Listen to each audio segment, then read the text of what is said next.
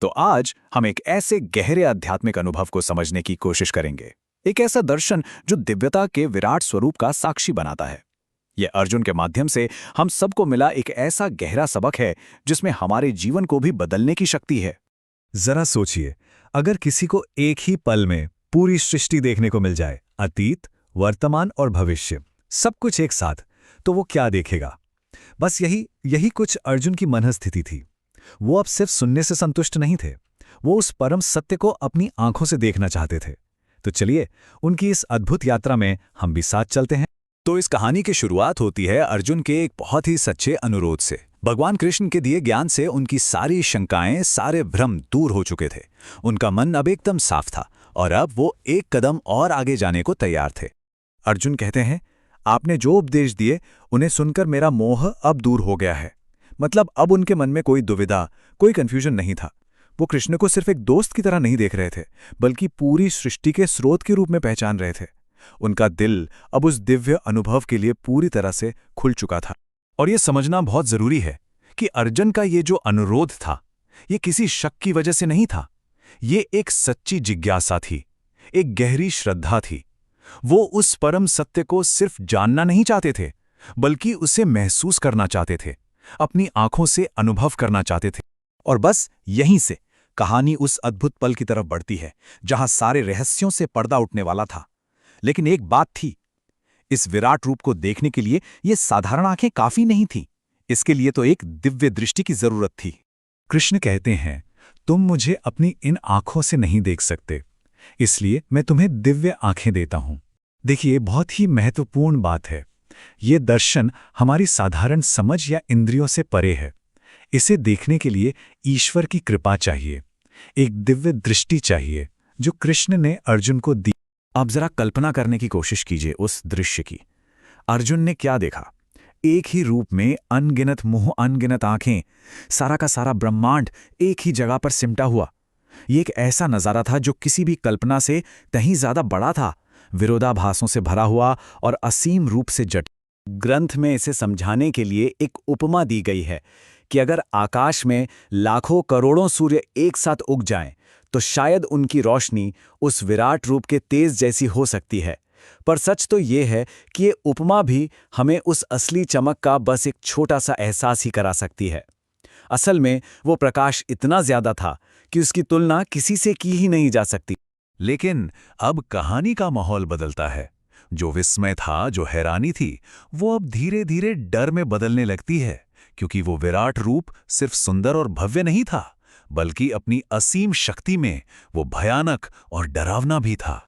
इस दर्शन से पहले और बाद में अर्जुन की धारणा में कितना बड़ा बदलाव आया, इसे देखिए। दर्शन से पहले कृष्ण एक मित्र थे, एक सखा थे, जिनके साथ वो सहज थे। लेकिन दर्शन के बाद वही कृष्ण अब परमेश्वर थे, एक ऐसी विराट शक्ति जिसे देखकर अर्जुन अभिभूत थे, भय से कांप रहे थे। जो रिश्ता पहले परिचित था, अब वो अद्भुत भी था और भयानक भी। और शायद उस दर्शन का सबसे डरावना हिस्सा ये था, अर्जुन ने देखा कि युद्ध के मैदान में मौजूद दोनों तरफ के सारे योद्धा उस विराट रूप के भयानक मुंह में समाते जा रहे हैं। उन्होंने अपनी आंखों से हर किसी का निश्चित विनाश देखा। भविष्य का वो सच जो अटल था, वो उनके सामने था।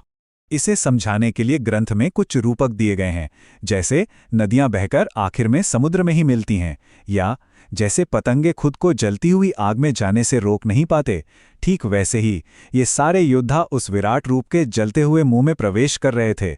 ये दिखाता है कि भाग्य और समय का जो बहाव है वो कितना अटल है, उसे रोका नहीं जा सकता।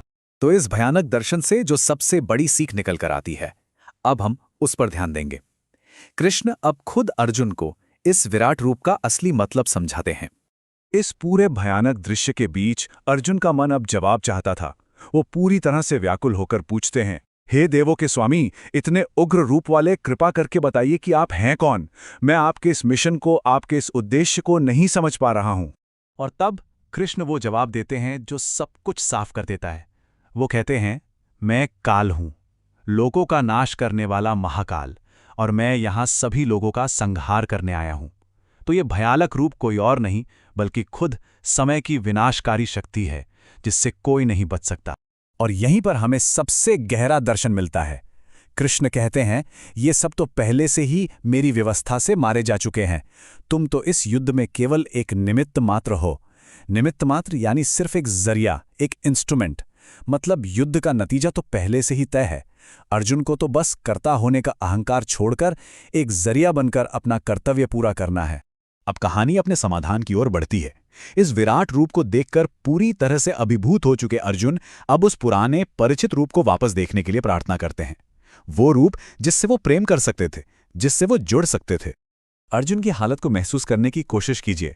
वो कहते हैं, मेरा मन डर से व्याकुल है, इसलिए कृपा करके अपना वही परमेश्वर वाला रूप फिर से दिखाइए। देखिए, विराट रूप भले ही परम सत्य था, लेकिन एक इंसान के दिल के लिए उसे सहना बहुत मुश्किल था। अर्जुन अब उसी सौम्य रूप को देखना चाहते थे, जिसे वो जानते थे और जिससे वो प्रेम करते थे। और कृष्ण उस भयानक दर्शन को वापस ले लेते हैं। पहले अपना 4 भुजाओं वाला रूप दिखाते हैं और फिर आखिर में अपना वही सौम्य 2 भुजाओं वाला इंसानों जैसा रूप।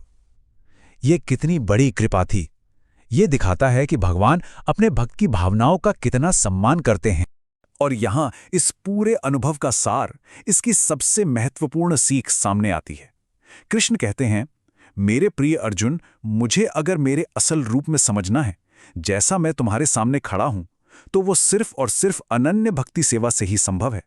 यानी ईश्वर को सच में जानने का रास्ता ज्ञान या शक्ति नहीं है, बल्कि शुद्ध सच्ची भक्ति है। तो हम आज की बात को इसी गहरे सवाल के साथ खत्म करते हैं। कौन सा रूप ज्यादा बड़ा सच है? वो सर्वव्यापी भयानक ब्रह्मांड या फिर वो सौम्य व्यक्तिगत रूप जो प्रेम और भक्ति से मिलता है? ये एक ऐसा सवाल है जो दिव्यता और भक्ति के स्वभाव पर बहुत गहराई से सोचने पर मजबूर करता है, और इसका जवाब हर साधक को अपने अंदर अपनी यात्रा में ही खोजना होता है।